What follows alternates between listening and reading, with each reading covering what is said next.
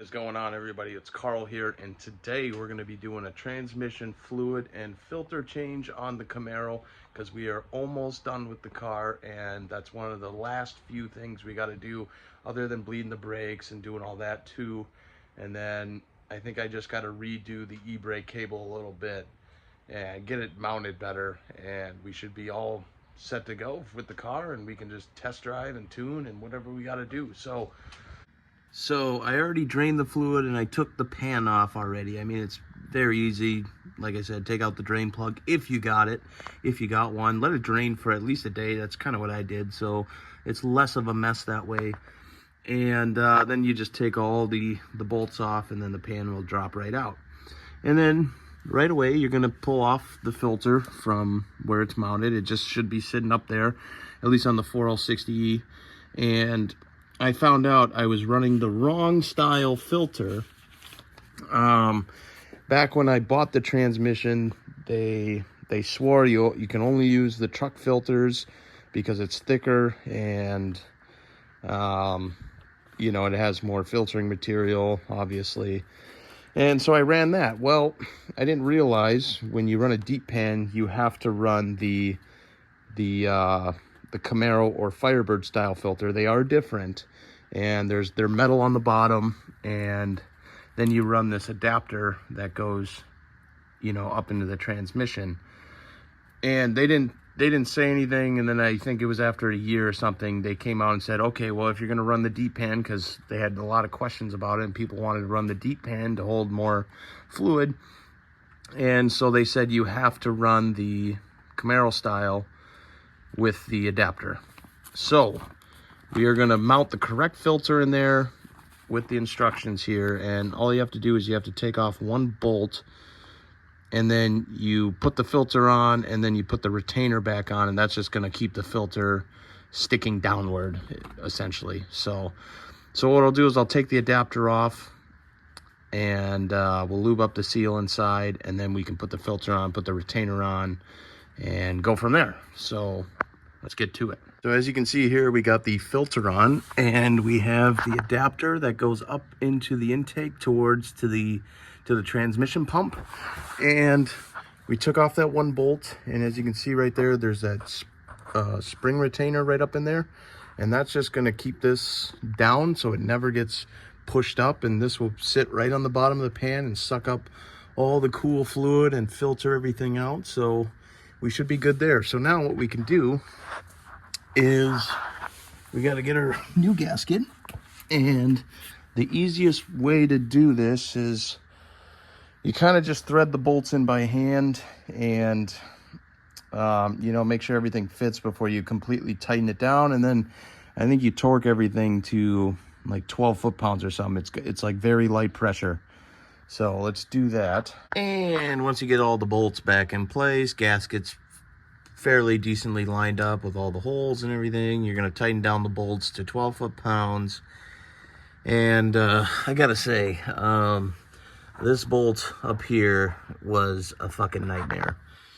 It is just at the weirdest angle to, you know, get us, you know, a metric Allen socket on there to spin it on. Hopefully it didn't cross thread. I'm sure it did, with my luck.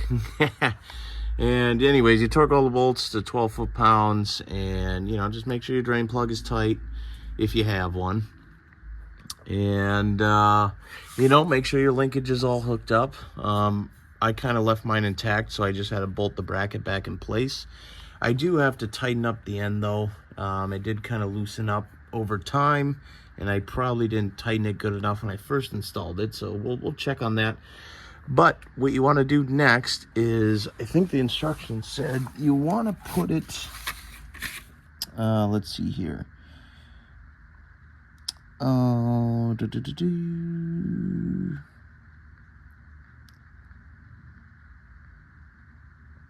trying to see here, because initially they just wanted you to fill up the fluid.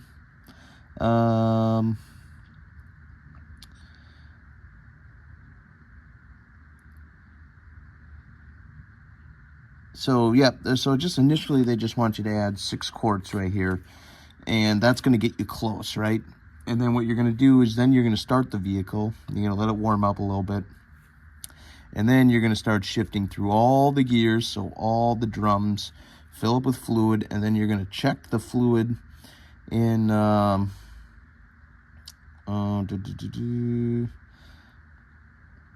and then I think you just go back to neutral, and then you check the fluid again. Well, I would say park, because I did it in park, because I think that's the proper way to do it. And then you'll check and just keep adding fluid until, you know, go through all the gears again and keep adding fluid till it's full. And I forgot to mention, when you do have the pan off, this is a great time to go look at your dipstick, and you can see it coming. Actually, the dipstick's on this side. You can see it coming down, right? You want your full line is going to be just right under the gasket line, okay? Just right under. A lot of dipsticks are incorrect, and usually they read a lot lower than they're supposed to. So this is a good time to check to see where on the stick you need to fill up to, and then that's going to be your new hot line, your hot, full, whatever. And that is a good rule of thumb to go by. Even most GM dipsticks, they're always inaccurate. They're not right. And it really depends how they sit up in here too, you know, with the tube and all that. Because if the tube's up higher, the dipstick's gonna sit up higher. You know what I mean? It's just, they're really accurate. And this is a great time, like I said, to check to see what the actual level's gonna be. And then that's your new mark. I checked, and mine's actually above the full line, just by a hair above. So that's how you're going to make sure that you have the proper amount of fluid in.